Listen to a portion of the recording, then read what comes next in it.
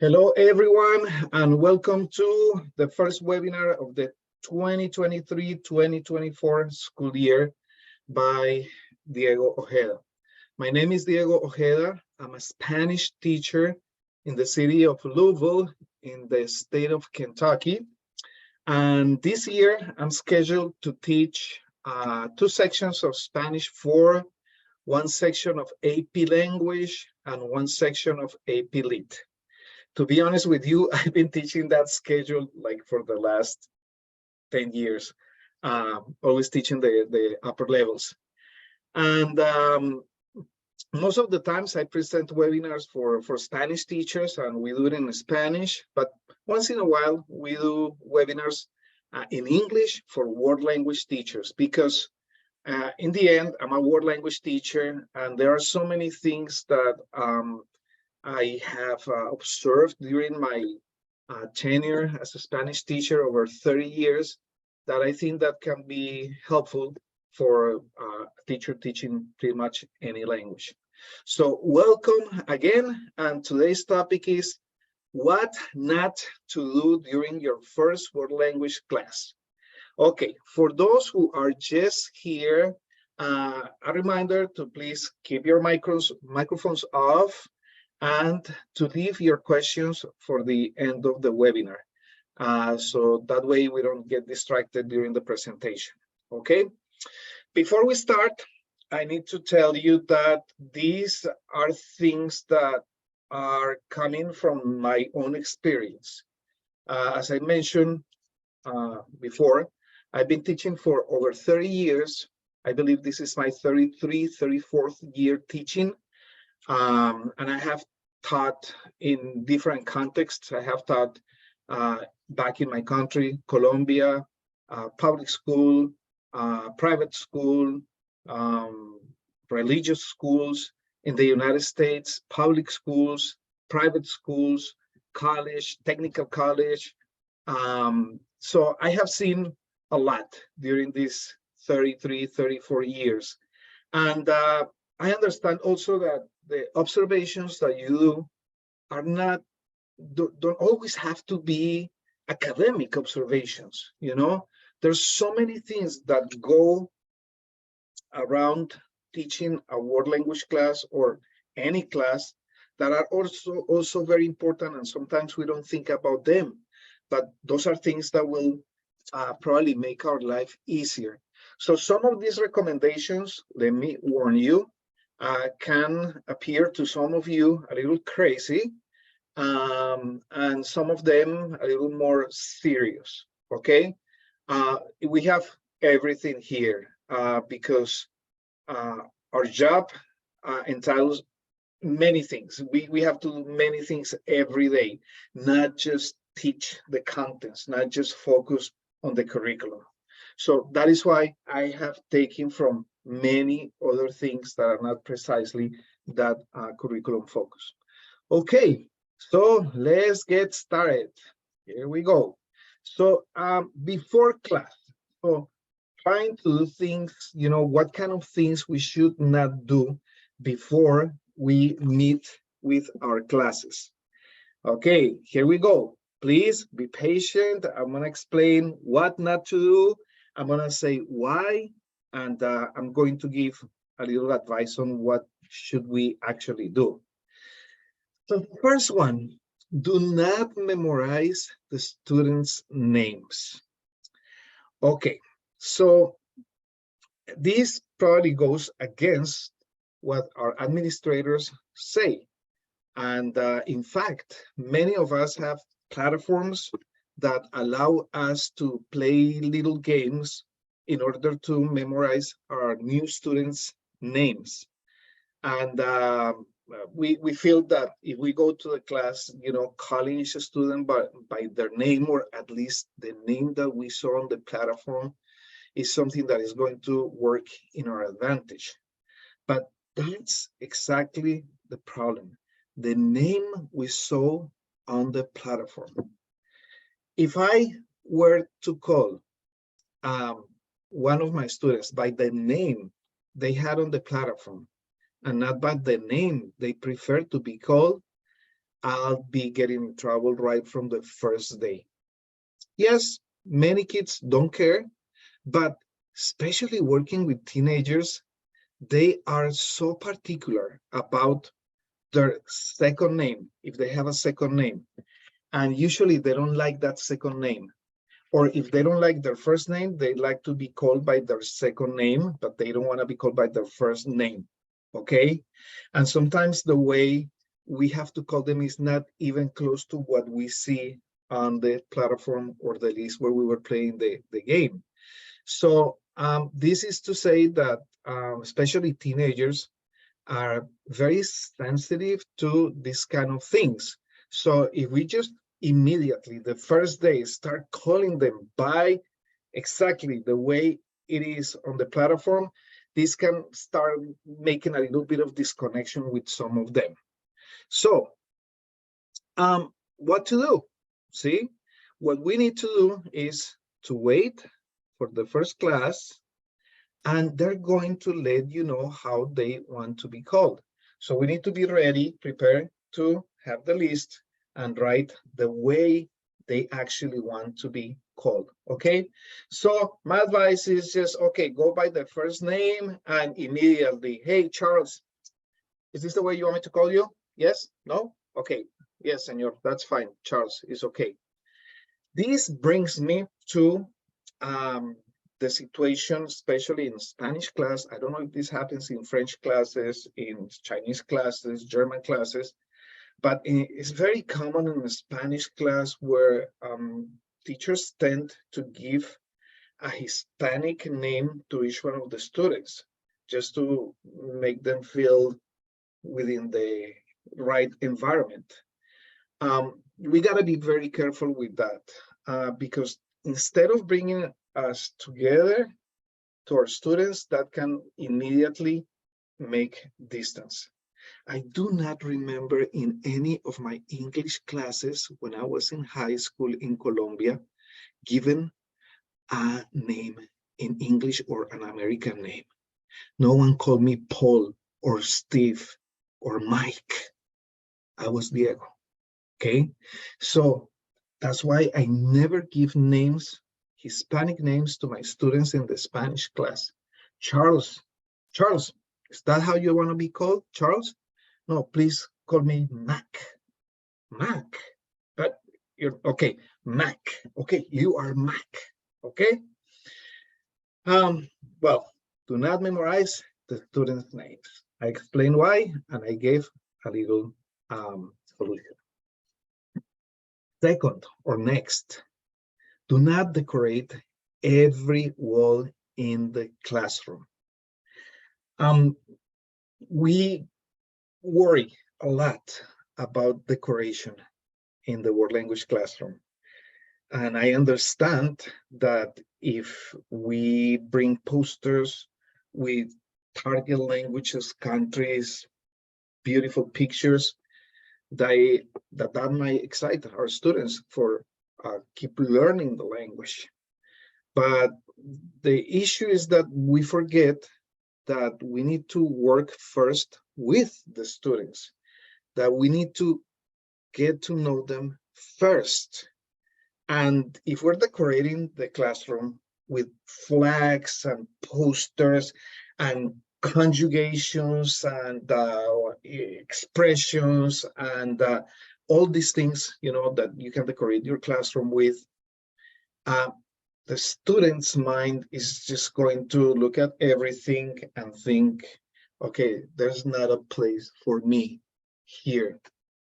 So we need to create a place for the students. In other words, let's use those empty walls as an opportunity for us to allow students to create something related to them. So it can be, you know, a drawing, or we can invite them to bring something meaningful to each one of them. And perhaps they want to bring the poster of the picture of a favorite band. Okay, let's allow them some space, okay? But not just one corner. See, let's allow them to place their own selves across the room, throughout the room, okay? And maybe later on, when we actually talk about the specific things that we wanted to decorate the classroom with, and when we have a context, then that's meaningful. And then there's a reason why we place Colombia's flag there. There's a reason why we put a picture of Machu Picchu. There's a reason why there's a picture of Tenochtitlan. You understand what I'm saying? There's a reason why there's a poster with Shakira or Juanes, but not giving everything. Our entire curriculum is covering the walls. No, first them, then us, meaning then the class. So the advice was to not decorate every wall in the classroom. All right, next one. This is one is those weird ones. Do not wear new clothing during your first day of school. And this takes me back to my first years teaching, where I was so nervous, and I thought that my attire had to be with the quality of my instruction. And I wanted to look very professional. But I end up just suffering because I was wearing new shoes.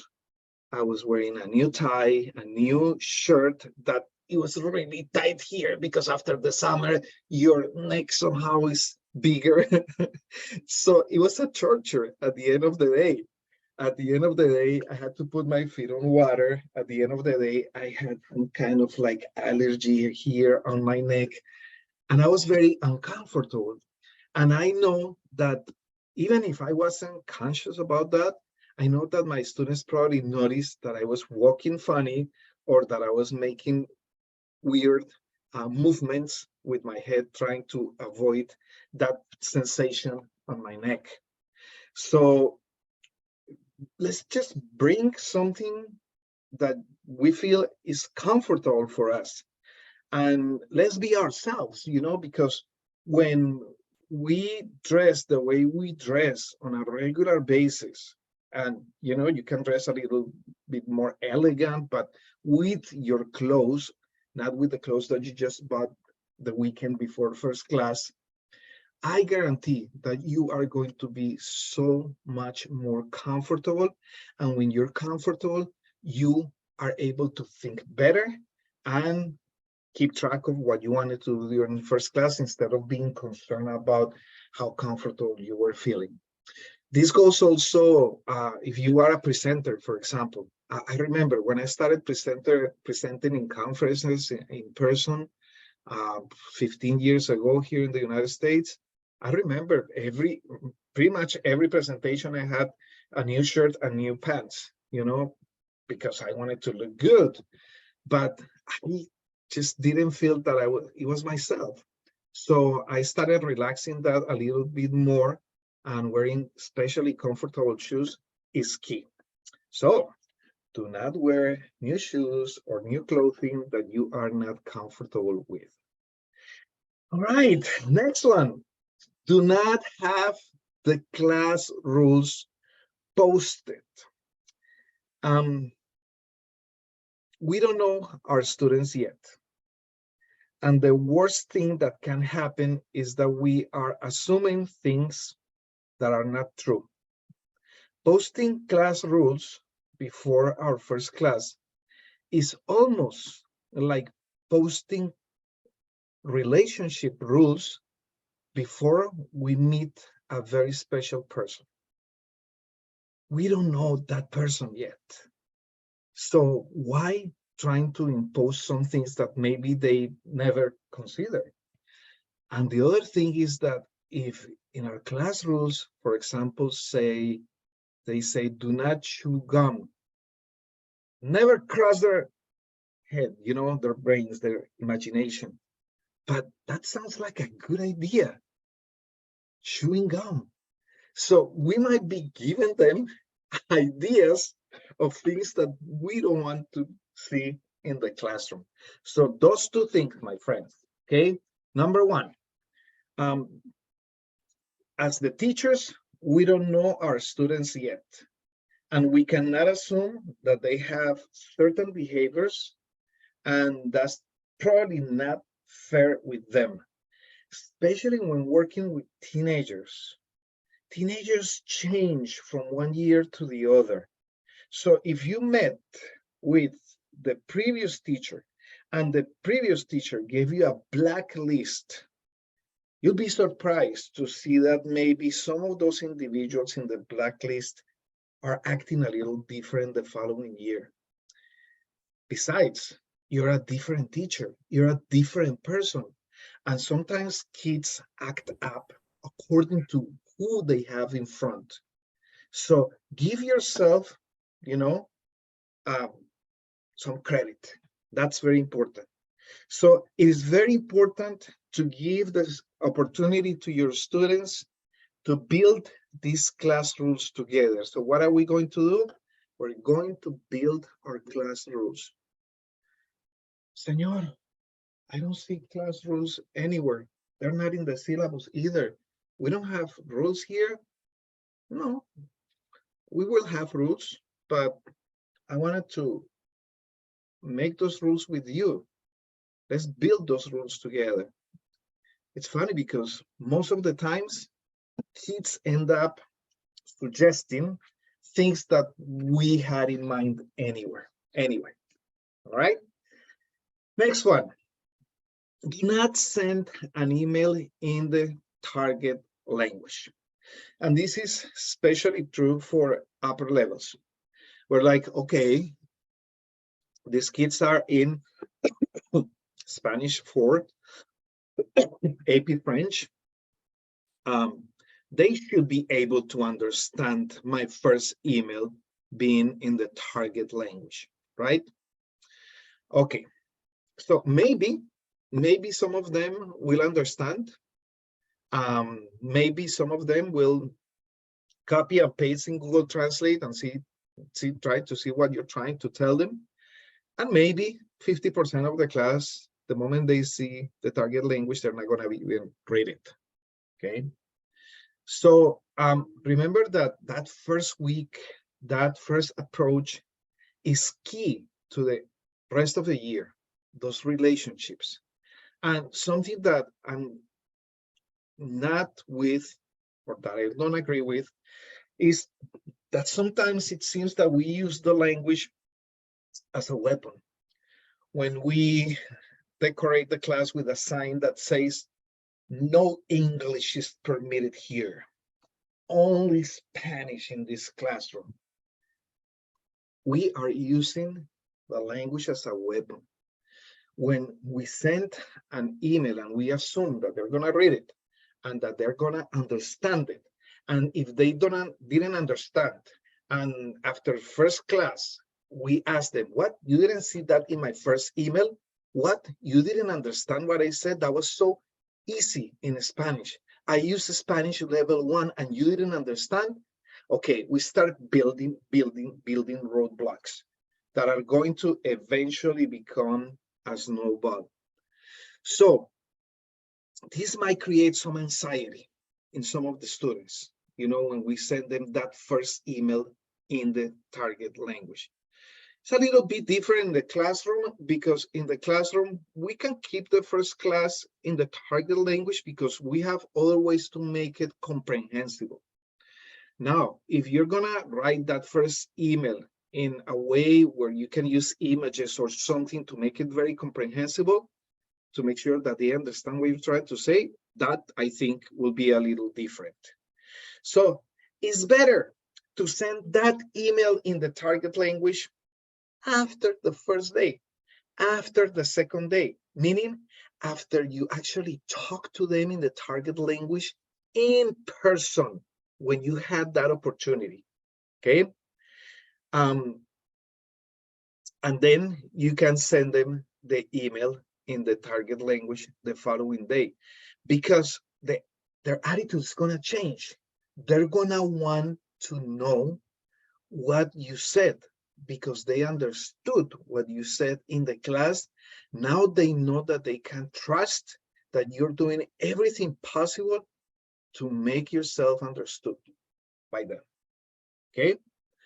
All right, let's continue. So I explained the why before showing the why here. Before, do not send a class syllabus. Okay. So why? Your students are getting syllabus from what? 7 more classes, 8 more classes from other teachers. And you might think that they will go through your syllabus, but they will probably not gonna go through your syllabus. If you have a class syllabus, it's very important that you go over the contents or its contents with them and very slowly, meaning not the whole thing the first day. Just pick 1 or 2 things important in the class syllabus and work with that. See,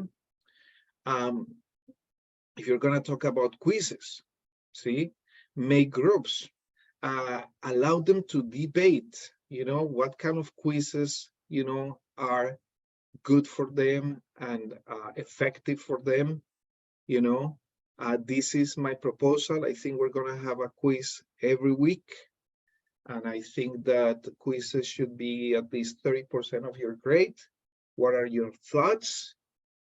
In groups, listen to them. Be clear if you can change it or not. It's a syllabus. So usually syllabus are very, strict. But again, we're working with teenagers and we need some flexibility.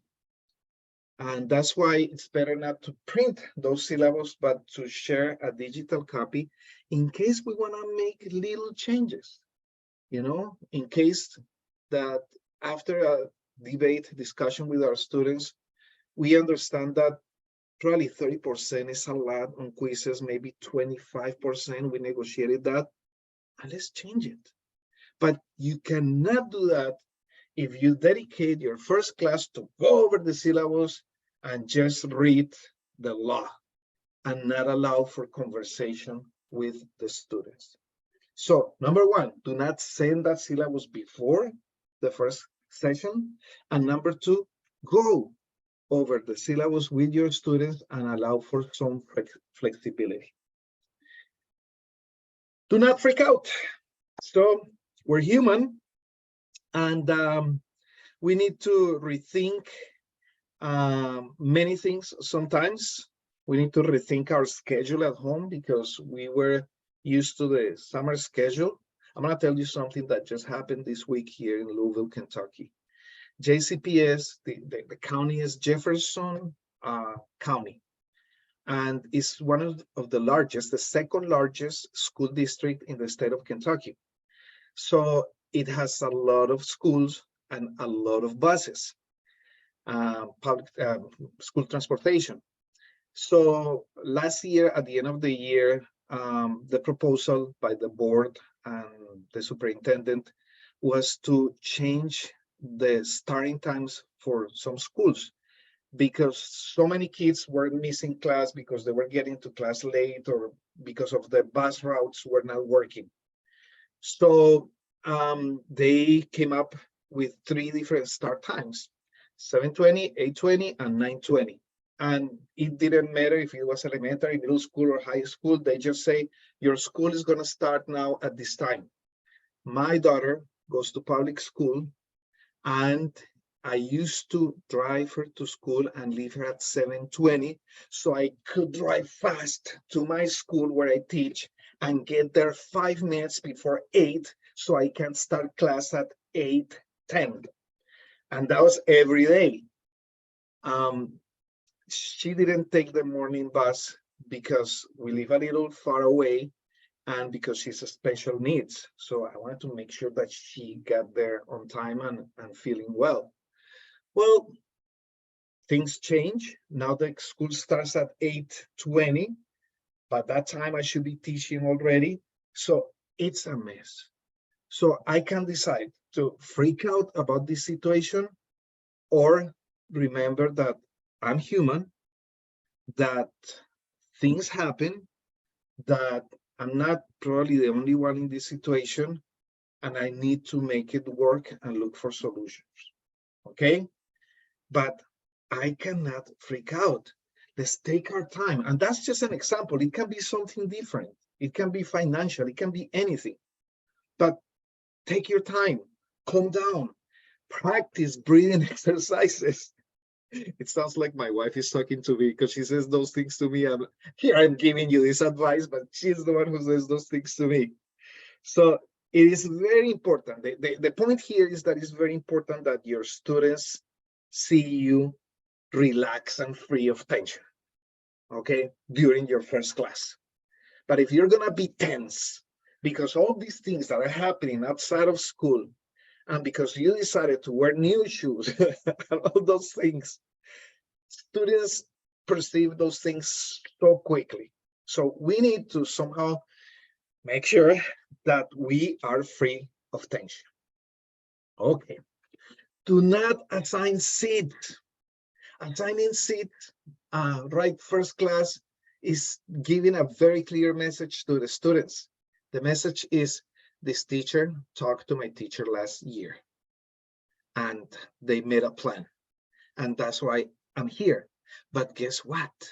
I knew I was gonna be here because I knew they were gonna talk about me, and I have a plan in mind. So you probably will hear from your colleagues that some students should not be allowed to sit together, right? Have we gone through that? However, you, as the new teacher, you should give them the opportunity to behave well. So what do I do? Before first class, I have note cards with their names. They come, they start sitting, whatever, and then say, okay, buenos días, clase, vamos a organizar la clase, we're going to organize the class, and I have your names here. And let's shuffle these names. Please, you cut. And they cut in half. Okay, shuffle again. Cut, cut. So they know that I don't have them organized, okay? So this is going to be your seating arrangement. And I start without looking at the cards, putting one in each one of the desks. Okay, Mike here, Sandra here, Carlos here, pa, pa, pa, pa, pa, pa. Sometimes I'm lucky, and according to what I heard from the previous teacher, things are going to be working well. Sometimes I'm not that lucky. But the thing is that after we do that, I tell them, my friends, this is how we're going to try to organize the classroom. And I hope that this works. And if for some reason, you know, maybe it's not working very well for you to be seated in this part of the classroom, we can make some changes. Is that okay? Okay. You need to take their okay. Just compromise them. So, as the teacher, give your students an opportunity to start the year showing their best personal attitudes. Not your classroom. And I know that some of you do not have a classroom, physical space that you have to travel from one classroom to the other. But if you're one of the lucky ones like me who has a classroom, and this is probably your first year or second year in that classroom, just make sure that you know that space, the physical space very well, that you know where you have placed everything. Sometimes we go crazy, and if our administration allows, we bring sofa chairs, we bring comfy chairs, we bring tables, we bring decoration, we bring a bunch of things, but we don't give ourselves enough time to really know where everything is. I'm saying this because as in any professional development presentation, if your presenter is just standing there the whole time in front of you and not interacting with you, not moving through the different rows, going to the back of the room, kids love when you move around, but you cannot move around if you're gonna trip every 2 seconds with, you know, things that you didn't remember that were there. All right, my friends, first part, before. Now, what not to do during that first class. So again, do not go over class syllabus and grades in the sense that do not do it, one way. Just work with them. Allow them in little groups to talk about each one of the aspects in the class syllabus. For example, these are the topics that we're going to cover. Put a question there. Have you studied this topic before? See? And to what degree? They talk. Oh yeah, in this class I did this, but not just in Spanish, other classes. And then, give me a testimony. So just do not go over the class syllabus and the grades in a very automatic, robotic way. Work with them. Do not go over class rules. And I explained that because we need to give them a chance to demonstrate who they are. Not go over the textbook. If you are a teacher who needs to use a textbook in your classroom, to students, textbooks are a very dry component of the class. The person, meaning you, the human in front of them, that's the cool thing in front of the class. When we go over the textbook in our first class, we are putting a lot of importance and emphasis in the textbook. And the message is, oh man, we're going to be working with this every day. And sometimes, we get creative, and sometimes we do fun things with the textbook. Like, for example, a treasure hunt with the textbook or something like that. Let's find these words, let's find these pictures. But to me, honestly, that's only wasted time that you can spend interacting with your students. You can take a look at the textbook later. Okay. Not ask about how summer went. And this is because we need to be very, sensitive with students in the sense that we have no idea what events happen over summer in their families or with their friends. We cannot assume that everyone went to the pool. We cannot assume that everyone went to the beach and that they went camping and that they slept the whole time. They ate delicious things and they watch a lot of movies on Netflix and Hulu and Disney Plus and all these things. Okay, we cannot assume that. We can tell them about our summer, how our summer went, and maybe in the target language, in a comprehensible way, we can ask them, oh, yo fui a la playa, and a picture of the beach, if you don't know, if you know that they don't know that word. Sí, en la clase otra persona fue a la playa, sí, but from your experience, okay? Without assuming that everyone kind of like did the same thing. During first week, first class, do not give a placement test. Language, it's an entity that is alive. And when we assume that we learn languages by chunks that we can assess at different points, then we're dealing with something totally different. And mainly, we are just checking their memory, not their proficiency in the language. And I need to know where these kids are. Usually when teachers say that, it's because the class is very grammar driven. I need to know what grammar they know. See? But you can get there also by communicating with them, by talking to the class and seeing what they understand, what they don't understand, how they answer to you, how they made themselves understood, how they give the messages. That'll probably give you a better idea. Want to do a placement test? Okay, do it, but do it after 1 week. Okay, not right away. The other thing is that how fair will it be that these kids just came from summer. See, they were not studying for a placement test, and they can be excellent students. And this has happened to me. You know, I'm not saying these things because I'm a perfect teacher. I'm saying these things because I made a lot of mistakes and I keep improving. But I used to do placement tests. And in more than one occasion, a very good student, a very motivated student didn't do well in the placement test. What happened? Their motivation went down. They didn't feel right. And it was so hard to lift them. So let's be careful with that, okay? Do not do a review from previous year because it's gonna be exactly like the pre-test, okay? It's gonna put them on a situation where they're going to be very anxious. Because if we do a review, maybe we do a game to review the imperfect tense, and there are some kids there who doesn't even remember hearing about the imperfect tense, so they know they're gonna not help their team to win that game.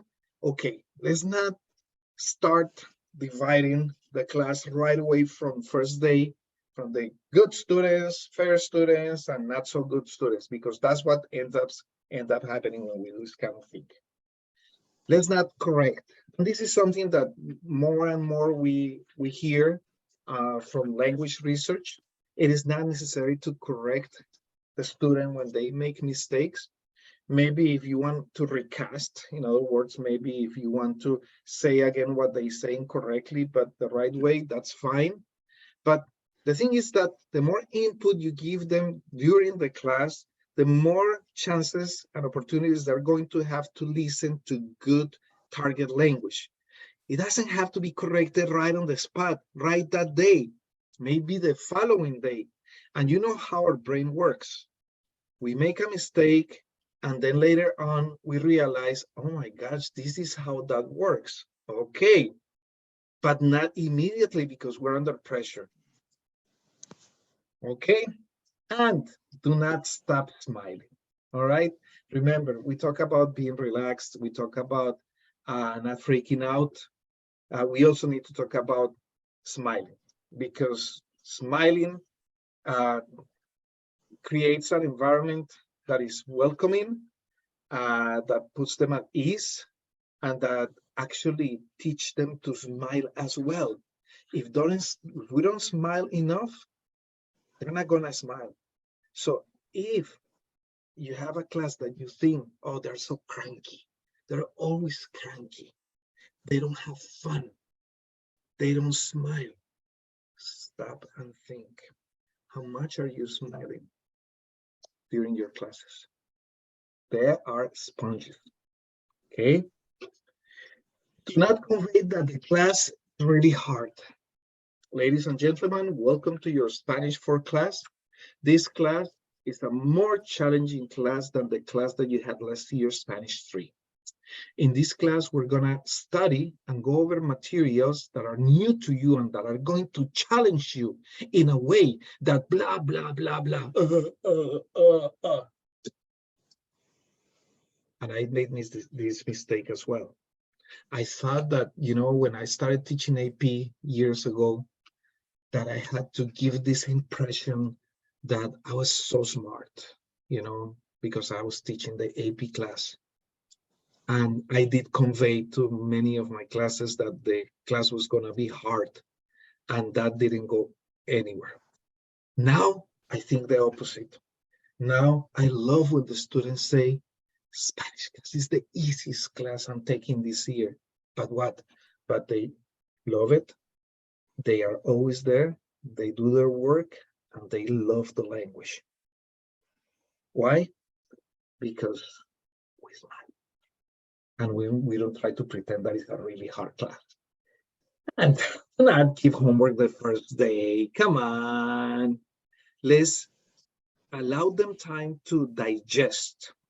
If we give them homework the first day, we're going to be probably not giving them the opportunity to talk to their parents about how fun and how cool was that Spanish class. Where as I hear many times, I learned more in this class in one day than I have learned in 1 year. Why? Because you used the language in a comprehensible way. You knew that they were understanding, because you were kind, because we took into account all those things that we're talking about today. They want to share that when they go home. But if we give them class homework right away, they're not going to have time for that. Do not focus on them. You know, we have to make sure that we understand who we are working with, and let's not pay attention to little behaviors that we think are going to ruin the class for the end of the year. Usually when we do that kind of thing, the student kind of like, okay, well, he got upset because I did this or whatever. But if you just keep going and keep smiling and keep doing what you're doing, things are going to be working better. Again, do not impose the target language as a weapon. We talk about that. Do not lecture about the importance of learning the target language. Basically, because the world has changed. And I remember when I came here 23 years ago, that teachers were telling the students that it was very important to learn Spanish because they will improve their professional life and they will make more money. That is so important to learn Spanish because the United States is a very powerful country, and we need to do business with little countries, and it's important to do this in their language. It's 2023. We don't learn languages because of that. We learn languages because we connect humans to humans. It's the age of social media. These kids are connected with people around the world. I had a student who came yesterday. I haven't started classes yet. I start on Tuesday. And she was telling me about her summer, this and that. And then she says, and I have a friend from Chile. I'm like, what? And she's like, yeah. I'm like, wow, where does he live? And she's in Chile. I'm like, okay. So they talk through, I guess, Instagram or Snapchat or something like that, but they do it in Spanish. And I did notice that her Spanish was a little better. And I thought that she went to Spain or some Latin American country, or that she practiced with someone here in town. But no, it was the friend from Chile. That is why we connect, and that's why we learn other languages now. Okay? So don't lose the chance to connect with them like people, like the person that you are. The school year is just an opportunity to connect with them at that level, human level. What are the benefits? Maybe you're going to have them next year and they already know you. Or maybe they have family that are coming to your class in future years, friends. So when these students know about you before they even see you for the first time, you have gained a lot. And the environment is going to be different in the classroom. So keep in mind, language is life, so we can't avoid life if we want to teach a language. This can be very deep because life entitles many things. And sometimes we think that because we're teaching a subject, the things that we do in the classroom and the things that we teach have to be only related with the contents of the class. But it happens that we teach languages, and language is life. World language curriculum must be open-ended, almost without goals. Maybe it is time to start writing those goals with the students. They'll be more motivated. And I know that this is probably not okay to your administrators, but somehow we can put 1 or 2 goals that we build with the students as well. And remember, the world language classroom must be a social place because we are social individuals. Humans are social individuals. So we need to think about opportunities to make language social. How can we do that in the target language? So the world language class must be a script, not a bunch of disconnected themes. In other words, We are narrating a story day by day. We're not just one day studying the past and the next day studying the future. Everything has to be connected like a script in a movie. We're teaching in the 21st century, and that does make a big difference. So I thank you very much for being here with me. Let's see what time is it. 2:53, 50 minutes today together. I encourage you to follow me on Instagram or send me an email if you would like to say hi or whatever. Right now, if you register for this webinar, you're going to be getting my newsletter. And as I said at the beginning, I'm offering a free webinar pretty much every weekend. And usually I do it on Saturdays at 2 p.m. Eastern time because that's what works with my home and family schedule. But thank you so much. And I hope that this little conversation was helpful to you. Now I'm gonna stop the recording and I'm going to open for questions in case someone has a question, but let me stop the recording.